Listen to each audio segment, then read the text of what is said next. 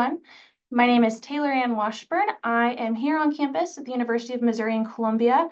I work with MU Extension, and my passion is helping farmers, ranchers, ag businesses, food businesses help meet their audiences in the moments that matter to them as they strategically market their farm and food products. I've been with the university almost 3 years now, and I am very excited to be with you all tonight to talk a little bit about that strategic marketing. I very much enjoy my time getting to work with producers like you at all stages of their businesses, whether we are in the ideation stage or maybe we've already established our business and we're looking to level up our game a bit. So tonight, as the title states, it's all about cultivating connections through strategic marketing. And maybe you've held off on diving into marketing or you want to refresh your efforts in 2025. Either way, this is the place for you. Thank you so much for joining us. We are going to try to go through some key points, although we could spend all night talking about marketing. I know I could. I want to really focus on our key points of creating and using an elevator pitch and talking about why your business needs one for your marketing, how to identify your target customer, maybe a little bit more detailed than we have before, and how to build a marketing plan for an increasingly digital first world and one that has some great layers to it.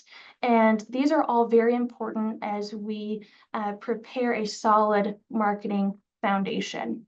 So I encourage you all to be engaged tonight, ask questions, participate in our polls and discussions that are going to be coming up. And, although I'm going to be talking a lot, I want to hear from you. I think we all learn very well when we talk to each other and we talk about what works, what doesn't, when we ask those questions and really work together to find solutions. I think we should give just a little bit of a ground layer for what marketing is as we get started in tonight's conversation. If marketing seems overwhelming to you, you are not alone. My colleagues and I, we tend to work with food and farm businesses who the operators wear many hats. You're not just a business owner. You're the farmer, you're the accountant, you are the marketer by necessity. And sometimes that marketer role gets put on the back burner a little bit. We often work with folks who don't necessarily have a formal marketing plan in place and often have a very limited budget. And we did see that in that pre-evaluation survey that some of you completed, and we thank you so much for that participation. We also find that whenever we work with small farm and food businesses, a lack of creativity and just experience with marketing often hold folks back from really diving in. And so I hope that by the end of tonight, you feel a little bit better about alleviating some of the stressors, some of the challenges that comes with marketing. And I hope that you have some new insights that can help you build your marketing plan for the coming year. So quickly, let's get on the same page about what marketing is and isn't for our businesses. And once again, we will have some slides where we'll have discussion, but if you've got questions along the way, please feel free to use the chat to plug those in. So whenever we think about marketing, oftentimes we think about, okay, what can I do to get my business and my products just out there into the void that is the world? And I am saying out there very vaguely. So I want you to think about marketing as a way to grow your business instead of something that's more passive that we check off of our to-do list. So whenever we think about what marketing is, it's a way to generate awareness and interest. And then we convert that into sales and long-term relationships. And we want to have not just one initial sale, but we want to have that loyalty to have return customers that come to us repeatedly. Marketing can be thought of as more of a loop instead of a one-time effort. So as we see, marketing is not generic and passive. It's not something where it's just one and done, we wipe our hands, done, on to the next task. We have so many options, and you'll see that a little bit later tonight, but marketing is so much more than just being on social media. I'm excited to share with you all some ideas of how you can develop a marketing plan that uses social media but then several other tactics as well. And again, marketing is not just transactional. We need that relationship. That why is a question that we all ask, whether it is explicitly or maybe a little bit in our subconscious, whether we're a kid or an adult making a purchasing decision. Our unique value is very comparable to our why. And so as we think about what our unique value does, it helps us show and tell a bit of a story to our customers about how our products will make their lives better, simpler, add whatever describing word you want there, and what makes us different, maybe even better than a similar business down the road. And so it's more than just what you do. Your unique value is more than just the fact that you are a vegetable producer, but it's why you're doing what you're doing. And so sometimes it can take a little bit for us to uncover our why. Sometimes we get so entrenched in our businesses and doing the good work that we do that digging up that why can take a little bit of time. But I have some questions that you can ask yourself that might help you understand your why and tie that into your unique value. And so knowing our why, if we can get that figured out and be able to communicate that very clearly, that makes our marketing exponentially simpler because it helps us with our messaging. It helps us better communicate with our customers because we've got that clearly defined message. And we all want to work smarter, not harder. Also, think about this. Nearly any business has some sort of competition. And if you can help your customer see and understand why your business is different and better and how the customer will be better off because of your product or services, that can help set you apart whenever folks are inundated with marketing messages. And so I want to go through a few examples of folks, other brands who have really figured out their why. My first example should be showing up on the screen in a minute, Southwest Airlines. So in your mind, think about when you think of Southwest, when you look back on any experiences you've had with that brand, what thoughts, what feelings come to mind? I know for me, I think about affordability, open seating, really friendly people, and just a generally positive flight experience. And that's exactly what they want us to think about. Southwest has done an excellent job in figuring out their why and their unique value. It's that affordability and that customer first, very approachable culture. They aren't trying to cater to luxury travelers like some other airlines, but they're not trying to be bottom of the bin, barely get you to your destination type of airlines. They know exactly who they are trying to market to, and they know their culture is different and unique, and they really highlight that. And they, I think, are fairly successful. I know because of my positive experiences and their unique value and their unique way that they impact my life, I tend to fly Southwest. I've got one more example for us. So Coca-Cola, we might be getting back into our memory bank a little bit, but I'd like to buy the world of Coke, the Coca-Cola polar bears. A few years ago, we saw our names on Coke, Diet Coke, Coke Zero bottles in stores. If we think about this, Coca-Cola is focusing on an experience. Their unique value, their why is the concept of shared moments and emotions, going beyond just the act of consuming a beverage, but having an experience tied to it.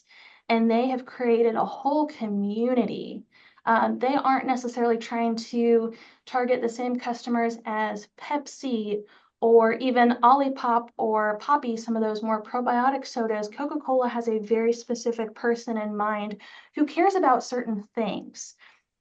And they have used some really creative ways to pull out that emotion, to share that story with their customers. An elevator pitch is a great way to talk about your unique value in a pretty quick way. You can think about it in, an elevator pitch was originally designed as being able to talk about your business or yourself and the time it took to get on and off an elevator. Let's say you were at a hotel or conference or something like that. But we want to keep them about a minute long or a little bit less, and your elevator pitch should be short, simple, and engaging, not trying to say everything about everything all at once, but opening a door to a broader, maybe more in-depth conversation. And you don't have to follow it word for word, but knowing some key talking points is very helpful. And you can actually use it again once we know our unique value and we can talk about it a little bit more clearly. We can definitely incorporate that into our marketing efforts. And so after someone hears our elevator pitch, they should know who we are, what we do, and we should be able to share what our solution is to our target customer because they're wanting to do something differently, and then what action you want your customer, your listener to take. And so I'll give you an example of what this could look like in a fictitious scenario. So I set up my own business. I raise hogs and I want to sell them to customers in mid-Missouri. Tamworths they're cute little red pigs. And so I want to walk you through what my elevator pitch looks like, and we'll go through it section by section. So I explain who I am pretty simply, and I let people know my business name and where we're located. And then I go into a little bit more of my why for my business because of my interest and my passion about helping folks have locally sourced pork that's sustainably raised, really working with that health conscious crowd because my own health is important too. I want to keep my family and myself healthy. And then with section 3, I talk about the solutions that I can offer for my customer and what they're wanting to do different. They want good tasting pork that they can feel good about, not only from a health and wellness perspective, but the environment. And then finally, I get my customer to do something. I encourage them to come find me or follow me. And then I say, hey, can I help you take an action step by signing you up for my email list? And we will talk about how powerful those email lists can be. But whenever I time it myself, it takes me about 40 to 50 seconds to run through this at a comfortable pace. And when I deliver my elevator pitch, I make sure to smile and I'm enthusiastic. And I will not always give this pitch the same way with every single person that I talk to, but I generally know some of the key language that I want to use and generally the order in which I want to give my elevator pitch. All right. So we need to talk about our target customer. That's another key piece of this.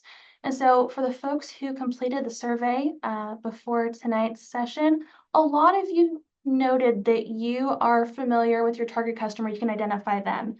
And so I want to dive in a bit more and really think about how well we know our target customer. I might be able to give you some tips on how to really put a face and a name, might be a fictitious one, but really help you identify that person a little bit more clearly and how that ties into our marketing plan along with that elevator pitch. So you see a crowd of people before you.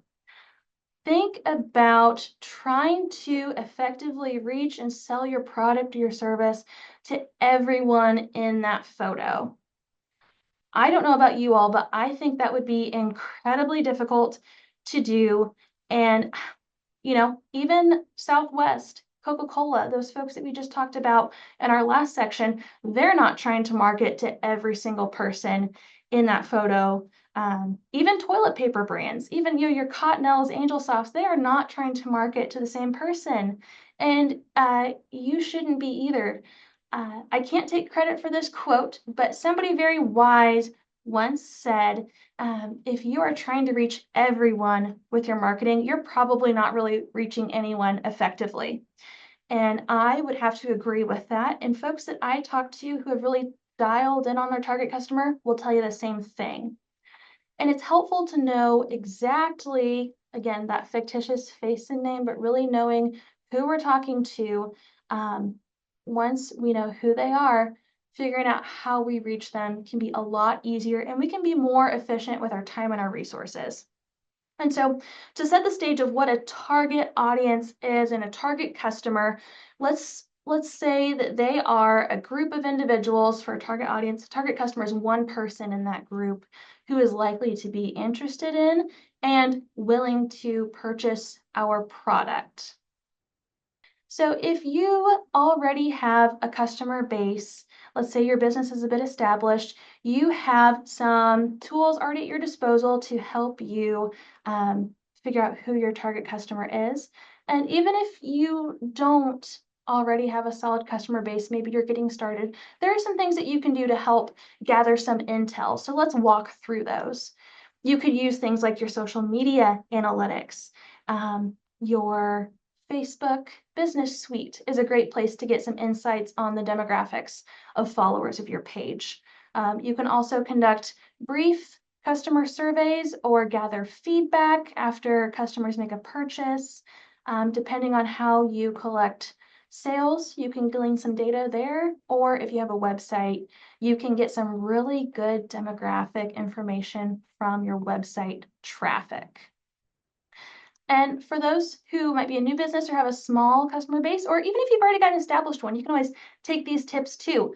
But don't be afraid to do some recon on your competitors and see how customers are interacting with their online content, what kind of reviews are being left on or shared on their websites.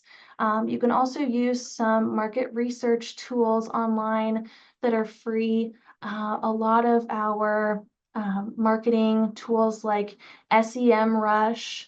I can share some links in my recap email, but there are a lot of free online resources to do some market research about folks that might be interested and willing to purchase your product, maybe some of their values, demographic information.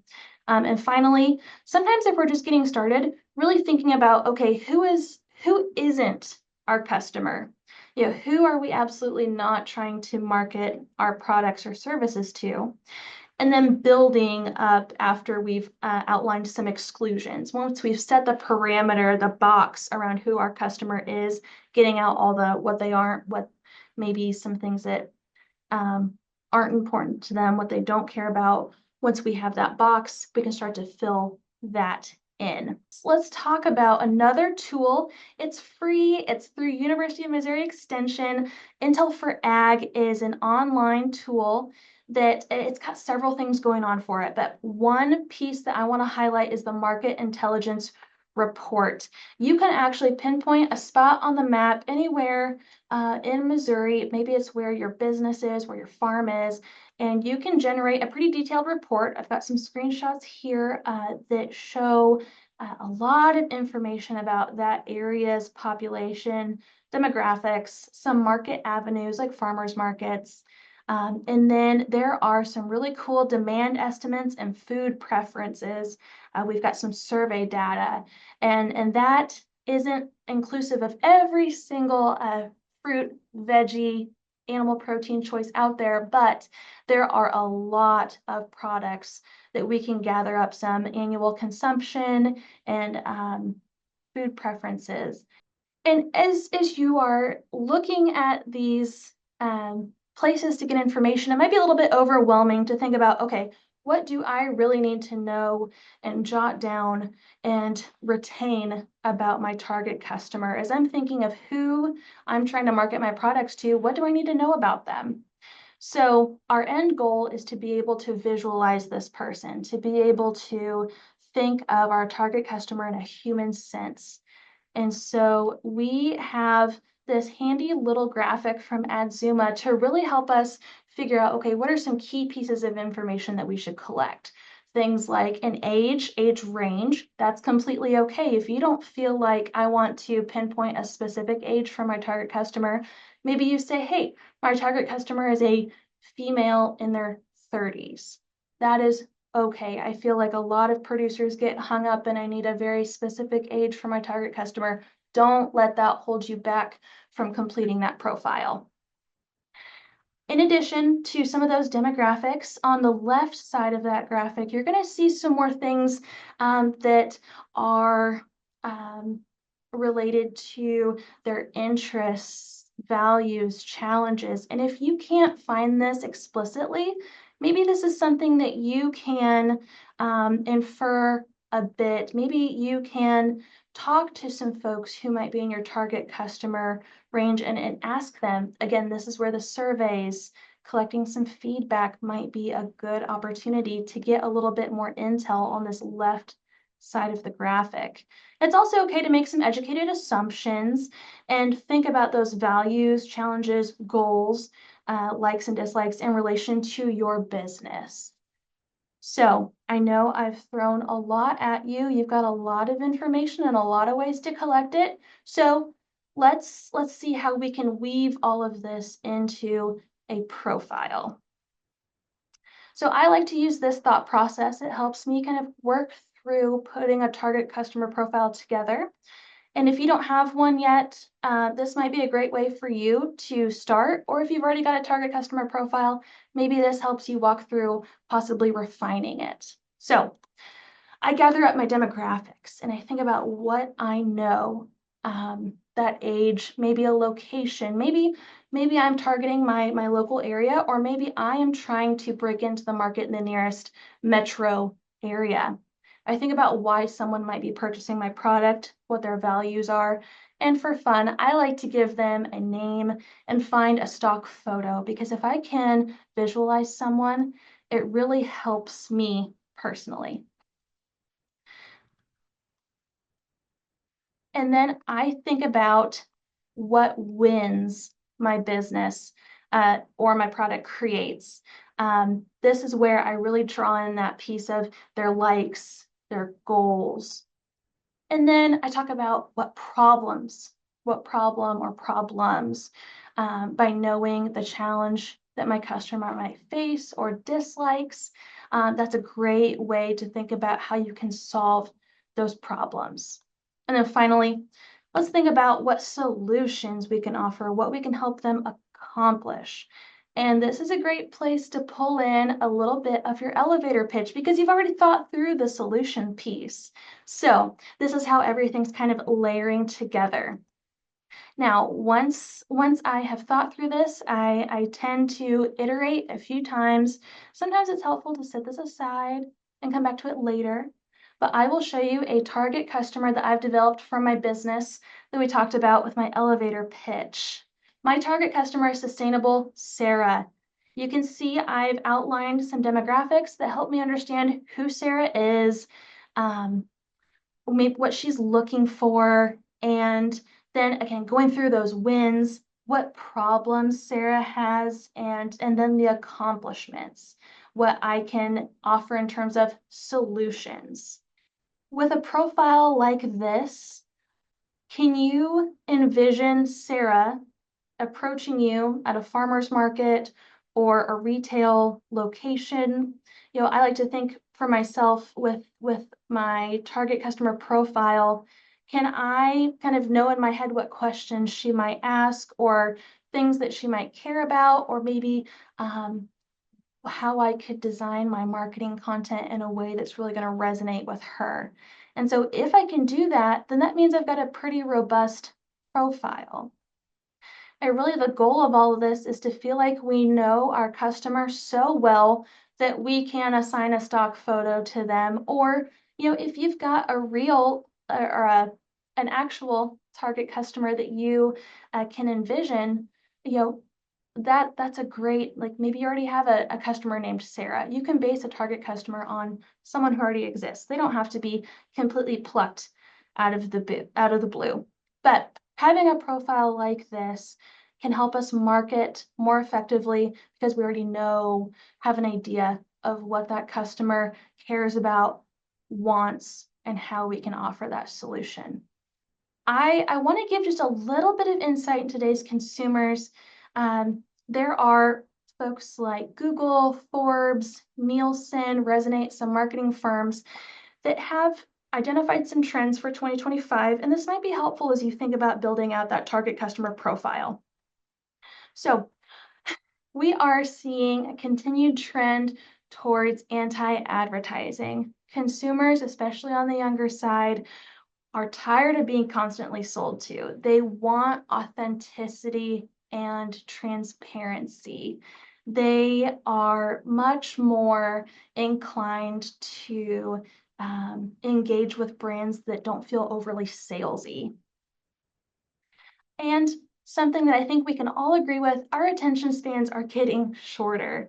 And we have to have more engagement with our target customers to get a successful purchase. We call those touch points. When I was in school, in journalism school, we were told that 7 to 8 touch points were required for a successful purchase on average. Now we're hearing upwards of 13, 14, even 15 engagements. So we really need to be in tune with that target customer. Generally, not just specific to farm and food products, generally, customers have more of an interest in health, sustainability, and they want their brands to have that same interest and have those values align. And from an economic perspective, we're seeing a bit more caution, a bit more intentionality in purchasing decisions. And this can always change. This is something that could flux a bit with the state of the economy. And in that, in a way, we are seeing consumers want control and quality and integrity in their lives, and in addition to the products and the brands that they work with. This is one of my favorite things to talk about, and it's something that once we know who we are trying to market our products or services to, and we know our why, this gets to be the fun piece. I want to talk about quickly the marketing funnel. This is a really important concept that I think sometimes gets overlooked. This might be the first time you've ever seen this, and that's okay. And if you're already familiar with it, this might be a fun refresher. But we use the marketing funnel to help explain the journey that someone takes from being completely unaware of your business to being, hopefully, a loyal customer.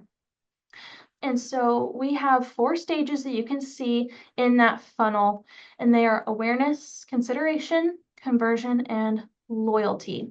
And you'll notice that it's a funnel for a reason. Unfortunately, we see some folks drop off along the way. And not everybody who's in that awareness stage will end up being a loyal customer and completing that marketing journey. And that's okay. So with awareness, that is getting a potential customer familiar with your business, being able to recognize your brand, your products. And the goal in this stage is really to introduce your business and make it top of mind for that target customer. After that, we think about the next piece of the funnel down is consideration. We want to increase the likelihood that our target customer is going to think of our business and our products when they're ready to make a purchase. It's really important here, that goal, to show uniqueness, to know our unique value and the solutions that we can offer that target customer, and how what we have to offer can satisfy their needs, address those problems, help create those wins. And I want to note that although this looks like a very beautiful funnel that goes top to bottom, sometimes the journey for a customer can be anything but linear. It might take a while to get from the top of the funnel to the bottom, and that's okay. The conversion stage, we're getting a little bit more narrow. This is when we get a purchasing decision or some sort of action from our customer. And that is based on our ability to, again, share our unique value and touch those touch points, touch our customer with marketing that encourage them to act. And we might think that, okay, once we get a sale, once we get that action, we are done, right? No, loyalty is the ultimate goal for marketing. This is where we see the fewest number of folks end up going. Sometimes, we have a decent number of people reach that conversion stage, but really we want them loyal. We want to nurture relationships and encourage repeat business. And eventually we want to get those loyal customers to help do the marketing for us. This is where really engaging with your customers and a little bit of that top of mind action from awareness is really important. And something to note as we think about the marketing funnel and our marketing plan, you will likely be trying to hit different stages of the marketing funnel with your marketing efforts because our target customers don't always move at the same pace. It would be so great if they did and they all just quickly made their way from awareness to loyalty, but unfortunately, that's not always how it works. And so we will talk about how this might look in an actual marketing plan, but just know you might have times whenever you are really trying to work on that awareness and consideration, but then also maybe once we have some loyal customers, you're incorporating that into your marketing efforts as well. Whenever I think of a marketing plan, I often go back to that phrase that we're often told of not to put our eggs in one basket. And I'm sorry for any egg producers who might be on tonight. That's probably a cliche that we're tired of. But that same thought process goes for marketing. We can't rely on one singular platform or even one type of marketing to support our entire marketing plan. Imagine that you are only active on Facebook and your profile, your account gets hacked, or connectivity goes down, or your website, if you're only using your website, imagine that, oh no, your website has crashed or the site's been suspended. It's a little, I would say, hard to do marketing well when you rely just on a singular platform. And we, as a reminder, need to be in multiple places. We need to have multiple touch points with those target customers, knowing where they are and being able to reach out to them in multiple ways can help them move through the marketing funnel. And so we do this by developing a plan with layers. And I will just give you a heads up that if you have not had dinner yet, your stomach might be growling by the end of this. I like lasagna. I like eating and making lasagna. From a cooking standpoint, lasagna is fun because I can be a little bit creative with the recipe. It can be flexible based on what I've got on hand or what I'm trying to accomplish with the whole taste profile, how it fits into my bigger meal. And if I strategically plan my layers, I can have a really great dish that's going to make everyone happy. And I like to compare great marketing plans to a well-done lasagna. And with those marketing plans, we have our tactics that are those layers to give a really nice, cohesive final dish that's going to make everyone at the table happy. Whenever we use a layered plan, it makes your business a little bit more flexible and adaptable. And just like a lasagna in the kitchen, your recipe might shift based on your audience and your goals and what you have in terms of resources. So I want to talk about layering a marketing lasagna of some tactics based on what works for your business and your target customer. I'm going to give you a lot of things to think about, and it might be a little bit of trial and error. Your recipe will not always stay the same. I don't know about you, but sometimes I've tried a recipe that has been 80%, and then I try it again and I tweak one thing and oh, it's great. I encourage you to have the same open-mindedness about a marketing plan. So As we think about our layers, our ingredients, we've got a lot to choose from. It could be our seasonings, maybe our traditional marketing avenues, our pasta, those yummy noodle layers, some digital marketing opportunities, our meat, our event marketing, and more than just farmers markets. Think about partnerships, conferences, other places where you can have an experience and engage. And then finally, our cheeses.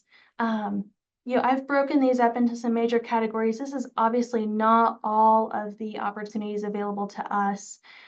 This cheese category, I want to quickly talk about. I call this our social proof marketing layer because really it's kind of a bucket of some earned media coverage, some word of mouth.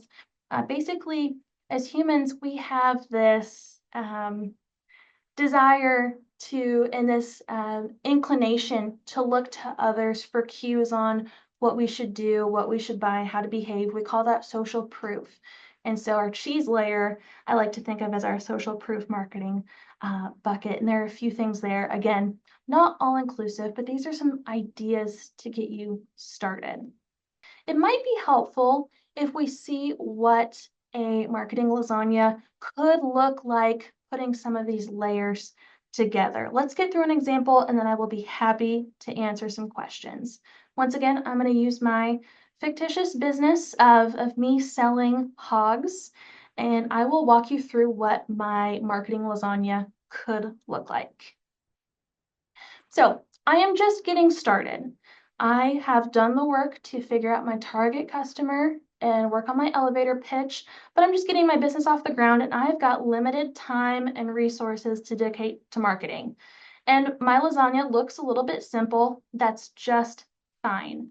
I want to make sure that I've got a tasty dish that won't break the bank or take me forever to prepare. And I mean my marketing plan, not my lasagna. So you'll see I've got some good pasta layers, a little bit of meat and a little bit of cheese. And with those pasta layers, that digital marketing, we are really working on awareness and consideration, and then a little bit of conversion there. With event marketing, I am incorporating some, on the farm tasting and cooking opportunities to try to get folks in the consideration and conversion stages, get them out and help visualize my why. And again, give them that unique experience, help them see those solutions to get that purchase. And then a little bit of social proof marketing you can see in my cheese layer with earned media coverage. And as you look, there are some layers to my lasagna that hit multiple stages in the marketing funnel. And that is completely fine because we're trying to hit, again, customers who might be at different points in that funnel.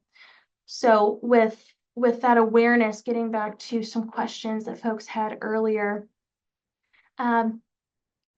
talking about my products, how to use them.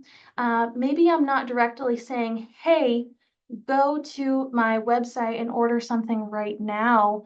But did you know that we're at the Columbia Farmers Market every Saturday morning, and you can come by and get a sample of bacon to start off your Columbia Farmers Market experience the right way? Or did you know that our meatballs are perfectly paired with a homemade bolognese sauce?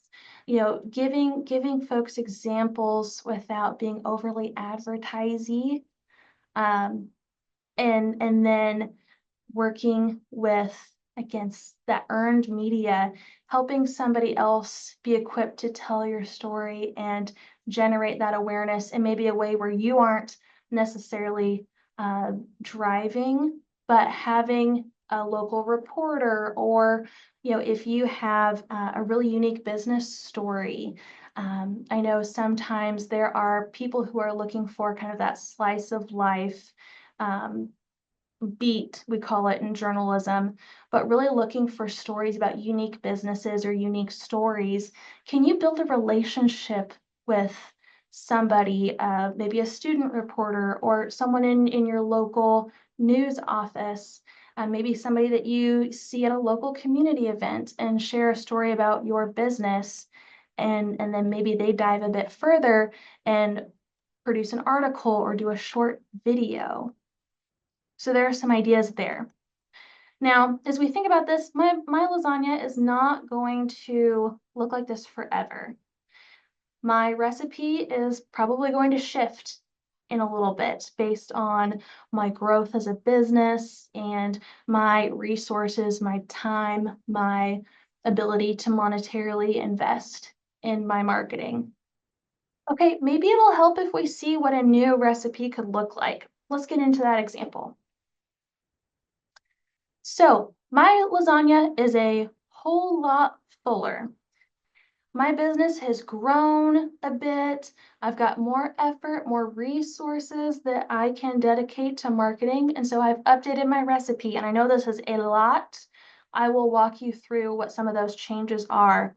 So I've got a few of my original layers, that awareness with my digital marketing, some of that consideration conversion activities with my events. But I've added a bit more to make this a very robust dish. I've shifted my digital marketing a little bit. So I have invested in some paid advertising, Google, Facebook ads to promote some grilling bundles. My business is a bit unique. I can do some retail cuts and halves and wholes because it's fictitious, and I've got infrastructure and the ability to do both. So I really want to highlight those grilling bundles for the summer. So I have identified my target customer, and I say I want to stay within 45 minutes of Columbia because I know reasonably that's where I'm able to make deliveries or have folks come to the farm and pick up their orders. And I have added in a little bit more of my event marketing to work on that loyalty piece. I am offering an exclusive dinner. I partnered with a local winery, and my loyal customers are invited, and they have kind of a VIP experience. And then again, with that loyalty piece, I've brought in another cheese layer. I've got a referral program so that current customers who are talking about my business, talking about my products, and bringing in new customers, they get a nice little discount on their next purchase. And again, with that social proof, I have changed that up a little bit. After my pork month story was great, I actually partnered with a dietitian to help me talk about my pork and how it is a great, healthy choice. It gives their audience some ideas for how to use pork in their diets, and that dietitian has a discount code that they can share for online sales. And then finally, you see that nice little green layer. I have got some lower cost local radio advertising for a big event coming up on my farm and a bit of awareness about my business. And so you can see that my layers, again, are targeting some different points in the marketing funnel. Some of them are building on each other.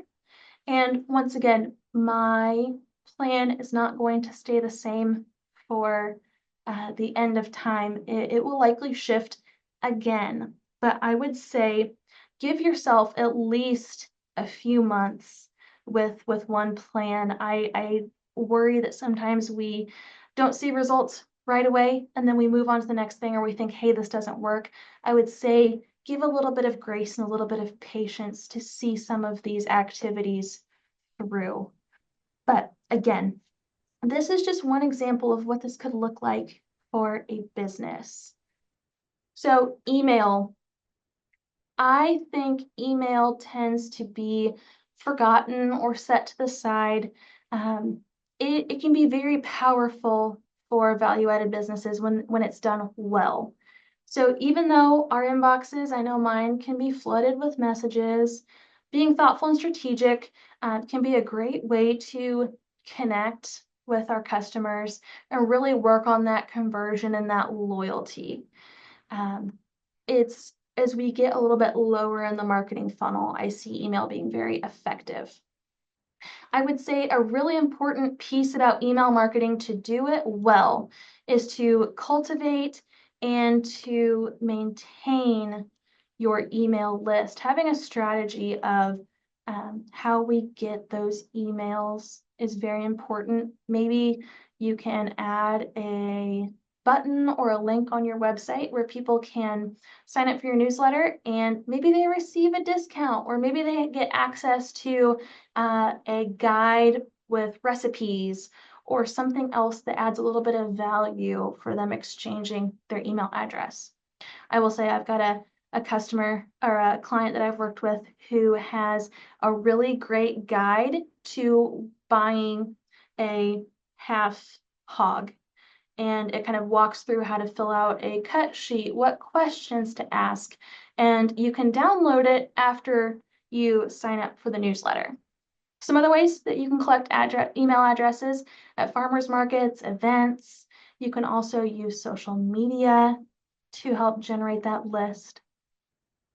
And some ways that we can use that email marketing. We can obviously talk about promotions, product launches. We can offer some sneak peeks to our subscribers and create a little bit of urgency, a little bit of excitement. We can offer loyalty perks or incentives. We can share educational content. Or if we've got some customer testimonials, customer reviews, that's a great avenue to help use the feedback that we've gotten from our happy customers. So one unique way that I have seen a value-added business use email marketing, they send out an email newsletter every Tuesday, and they put a code word in their email marketing message. And they say, hey, this week's code word is blue pig. If you come visit us at the farmer's market on Saturday and strike up a conversation and say blue pig, you will get, I can't remember, the incentive might depend based on the season, but some sort of discount or a free item with their purchase. And this producer said that that was really effective in not only getting conversations going and building, some loyalty there, but actually driving sales.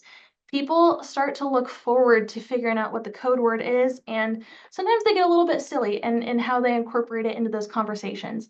But that's one fun way that you could make your email marketing work for you, and again, be part of getting that user down or getting that customer down the marketing funnel.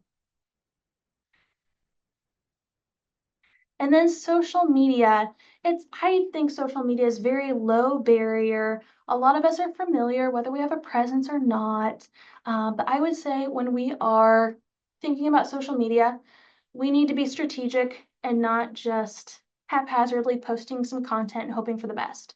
We want to build an audience, foster engagement, and then leverage that platform to drive sales. And I'm just going to give a little sneak peek. We have a guide that can help you work through how to do that. I will talk about it a bit later as we wrap up tonight. So get excited. We've actually worked on a resource to help you think through that piece. But I want to give a few quick tips to help improve your social media content. Clear visuals are so important. You don't need professional grade equipment, but if you know how to take a clear picture or a clear video on your phone or tablet, that is very helpful. And so I would say, don't be afraid to just try snapping pictures, capturing video, get in the habit of looking for opportunities to capture some content. Again, it doesn't have to be overly produced. Our audiences kind of want that simple, authentic feel anyways, which is to our benefit. Second, I would say make sure to include a clear call to action in your posts. It doesn't have to be related to sales. Maybe you ask somebody to comment on your post, maybe tag a friend, or find you at an upcoming event and say hi. And I tend to find that if we give our audiences, give that social media user something to do, they might end up doing it. And then finally, don't be afraid to mix up your post types. Don't be afraid to experiment. Have some variety to keep your content interesting. And speaking of content, one of the things that I see happen sometimes is we go dormant on our pages. We might post very, very frequently in our busy seasons, but then in our off seasons, we are like ghosts. And for our target customers, that is not good. So you can see on the screen, I've got some ideas of ways that you can highlight your business. You can have some content throughout the year. And then to the right, I've got an example of what this might look like for my business and putting together a post. Now, I am very, I'm wanting to have that conversion in this post, but maybe I could change that up a little bit. And instead of saying, hey, reserve a whole hog, maybe comment below and share your favorite way to pair pork and pasta. Or hey, tag a friend who needs an easy weeknight recipe. There's lots of ways we could go about this. But again, we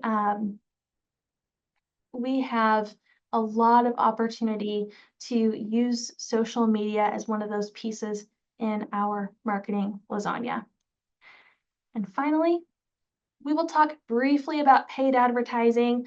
I'm happy if there are people who are interested, we can follow up after the fact and we can talk a little bit more, because paid advertising can be very, if you're new to it, it can be a little bit overwhelming. So talking through your options and what might be a good fit for your business might take a little bit of one-on-one conversation. But just generally, I want to highlight Google Ads and social media.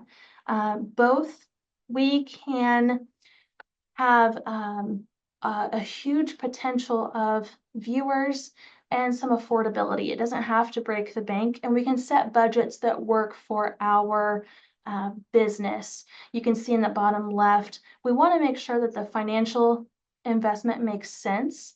We will talk a little bit more about costs later on in this series, but something I like to note, depending on if you're new to advertising, you might be eligible for some ad credits. I know Google will do them, Facebook will do them sometimes. Maybe it's a $50 ad credit that allows you to experiment with paid advertising.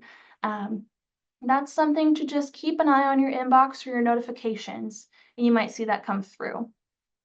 Now, with Google and social media, just like Dave asked a great question earlier, we can target an audience based on location, but also their age, their online behaviors, and what types of content we'd like our ads to be shown near, or maybe if our audience has certain interests, we can target those. And with social media channels, with Facebook, X, LinkedIn, you will need an account on those platforms to be able to run an ad. But with Snapchat and TikTok, you don't need an account to run a TikTok ad, which I think is really unique, and I like to share that with folks. That if you do just a little bit of research, and most of these social media platforms have really helpful knowledge centers where if you're a first-time advertiser, you can look at some frequently asked questions, kind of go through easy how-tos when it comes to set up an ad, or you can always reach out to me and I'm happy to walk you through that. And there is also an option if you want to work with a small firm or a freelancer. There are folks out there who work in this space every day, and they know the ins and outs of planning, placing those ads, and really maximizing them for effectiveness. Throughout the series, we are going to be introducing 4 different loan products that are available from the Farm Service Agency, which is within the United States Department of Agriculture. FSA, if you're not familiar, is a lending arm, and it is an opportunity for more farmers to have credit availability. It'll be plugged in the chat in a moment. There is an interactive loan assistance tool that you can find on the USDA website. Out of the loan products that we're going to be talking about, I want to zone in on the farm storage facility loans. As we think about not only investing in marketing and thinking about expansion and growth from that aspect, we sometimes see producers needing to grow in terms of their infrastructure and they reach a threshold when it comes to infrastructure.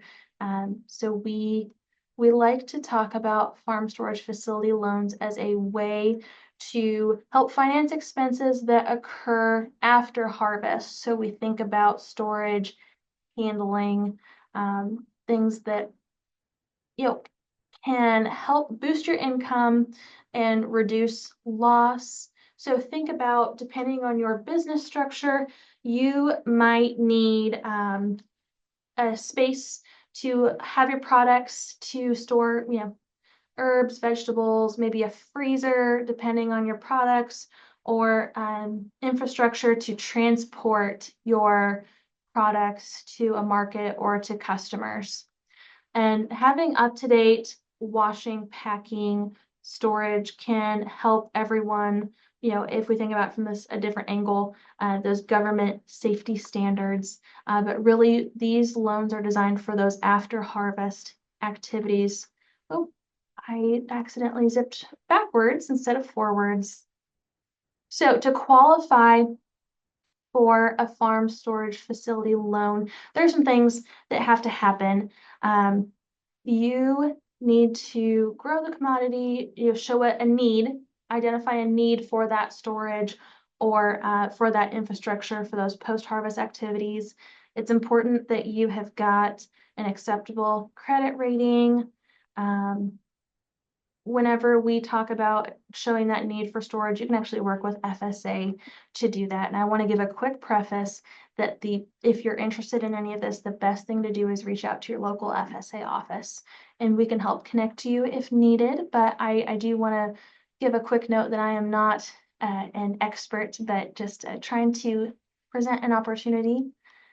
And some examples of items that FSA has funded or applications have been received for, things like refrigerated trucks, or you see the enclosed trailers, the vans, walk-in coolers, skid steers, the cold storage, pallet jacks, other things that I don't have on the screen, but things like electric canners, freeze dryers, vacuum sealers, again, those post-harvest activities. A few others for specifically the washing, drying, packing. You see a wash station, packing station, a garlic sorter down there in the bottom right. In the top right, that's a machine that fills honey bottles. So again, those are a few things that might be relevant to your business. But again, items that have been eligible for the farm storage facility loan. And then finally, the term depends on the loan amount, but anywhere from 3 to 12 years. And interest rates are updated monthly. They can be found on the FSA website, and we can plug that in the chat for you all, and it can also be shared in our recap email. But once again, if you have questions about farm storage facility loans, or have want to learn a little bit more and work on exploring that possibility a little bit further, I highly recommend contacting your local FSA office. And thank you, Mallory, for plugging in the March 2025 rates. Finally, we are getting so close to the end of the night. It's flown by for me. I hope it has for you too in the best way. I want to give a quick plug to those extension guides that I mentioned, and then a reminder about the rest of our series. So if you would like some more information whenever it comes to growing that social media presence and really using social media to drive sales and really work through that marketing funnel, we've got 2 extension guides. So on the left, you see Post, Engage, Grow. That just got published and is a great starter resource if you're new to social media or you just got started and you're still working on building up that presence into something that can help you have an engaged audience.